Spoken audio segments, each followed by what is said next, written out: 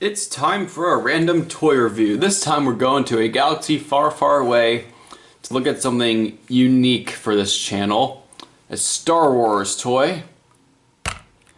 This is it's what we were talking about. This is a Darth Maul hologram? We'll go with that. I have the box for it. This was released in 1999 for the Phantom Menace toy line. The original one, back when that movie was still in theaters and brand new, and the marketing was crazy for it. I wasn't born yet, but from what I hear, the marketing for the hype around Phantom Menace was even greater than Force Awakens, and I was old enough to remember Force Awakens. But anyway, I have the original box for it, which I'll sometimes do if it's like a non-Transformer or like Lego or something. I got it for 10 bucks at a used toy shop, which was really cool because, well, one, it doesn't do a whole lot, so it's not really worth more than that, and two, it makes a really good display stand. But as you can see, episode 1, it's cut out. Darth Maul figure as hologram, I guess that's the official name of the toy. That's the image of what it supposedly looks like, we'll go over in a minute. You know, stuff on it, you know, whatnot. And, oopsie, don't knock the camera. So yeah, just to show you what it is. And supposedly, you could get a Qui-Gon Jinn one back in the day too. I don't know where it is now, but you can probably find one on eBay maybe. But I have the Darth Maul version. Let me fix that. There we go. So let's kind of go over what this thing is. What it looks like the typical holograms that you see in the Star Wars films for like messages, especially in the prequel era. This is removable, by the way, so I'll remove this first, and we'll take a look at which one do we look at first? Let's look at Darth Maul first. So this is the holographic Darth Maul. I will zoom in on the face there. And that's supposed to be Darth Maul? Okay, then he kind of looks. Well, he does look a little bit like the actor Ray Park, but I mean, it's a hologram. There's not going to be other tattoos and everything. It's painted. Well, the whole thing's a. There's a lot of detailing in there, as you'll see. They really sculpted in the. They did a good job sculpting in like the gloves he has, the robes and everything, down to his feet. Even on the back with like, you know, the lines for the robe and the hood and whatnot. Sculpting's really nice on this figure. No articulation, it's just a solid chunk of plastic. Doesn't do anything. But it's colored real nice. It's like a purple, translucent purple, but like there's some like airbrushing at the top of like silver. I think this is airbrushing. I don't know, I could be wrong on that. But yeah, it stands there. Woo, does nothing. What it comes with is this. There we go, focus camera.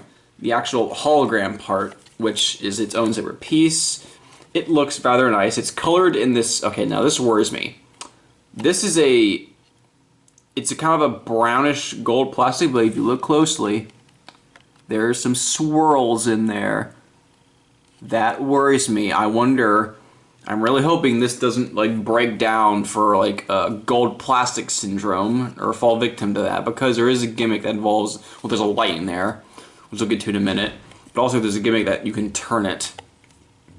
But other than that, you know, right now it's just gonna stay still as is, so it's fine. What you get is you get the detailing on top with some nice engravings in there. I'm not sure what they are. They just, and plus they just exist to look nice and to look all like sci-fi and futuristic. And plus there's a peg there to plug in the actual figure. We'll get to it in a minute. And then there's these things that go off on the ends. They don't serve a purpose, but they just, again, it's just aesthetic. Kind of goes around like this, like wee or whatever. It can kind of sit down. I think they're supposed to be bent, but like this one's bent down, this one's bent down, this one's really not. So I don't know if they're supposed to be like up in the air or down like that. I don't matter. I think this one's bent down because when it's packaged, it had a try me option. We could plug that in. We can press it yourself. So I think that's why I bent down, and plus this one's, but the others aren't bent down. So I mean, I don't know if it's supposed to be like bent on the ground like this, or I mean, I don't know. I just think it looks cool regardless. Looks like a ninja star almost, like that. Excuse me. And on the bottom, we get kind of the same idea, but you get more these kind of like gold piston type detailing at the bottom. We got your copyright 1999 Hasbro Lucasfilm, there's that right there and whatnot. You get the Hasbro line of Phantom Menace toys. And so you get the light in there and you press this and ooh, it lights up. Lights up. So I guess what we'll do is we'll put on Darth Maul. Hole in the bottom. Do you have copyright information on the bottom? He does. He does. Same thing. Hole goes on the bottom, or plugs in, and then you can kind of rotate him around. You try to align him up with the light. So about right there. And a few things. One, he can rotate. You turn this knob and it rotates. I'm not sure what the point of this is, but A, you can do it if you wish. It will do it if you wish. Do you go the other way too? Other way, I think it's supposed to go this way. Yeah, I don't want to break it, so you just do it this way. And then, what you really do is you press this button and it lights up. It doesn't... Alright. Well, I'm gonna show you what it looks like on the box. So that's what it looks like on the box, alright? Alright, now that looks pretty cool. In reality, it's close, if you look at it a little bit. You know what I'm gonna do? I'm gonna turn the lights off, see if it makes it better. Now, it's not entirely pitch black in here, so it might not be best, but, it looks a little okay. I can kind of see it. The only problem is there's no way to hold it in place. You press this button, and as soon as you let go, light goes off. There's not, at least I haven't found one yet, so I don't think there is. There's no switch to keep it on and leave it on. It's only on if you are constantly pressing down on it at all times. So it's on, now it's off. You can't leave it on, which that sucks. And unless there's like a way you can, which means I haven't found one on the toy, haven't found one on the cardboard packaging, haven't found any of it. So yeah, that's about it for the Darth Maul hologram light up.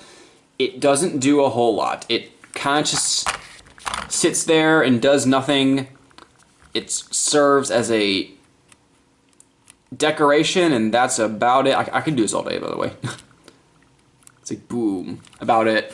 So I could, yeah, it's a decoration, like a little desktop thing, or a shelf thing.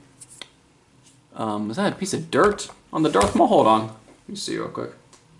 Come on. I'm sorry, guys. I just thought it was a piece of dirt for a minute. Never mind. Clean it off now.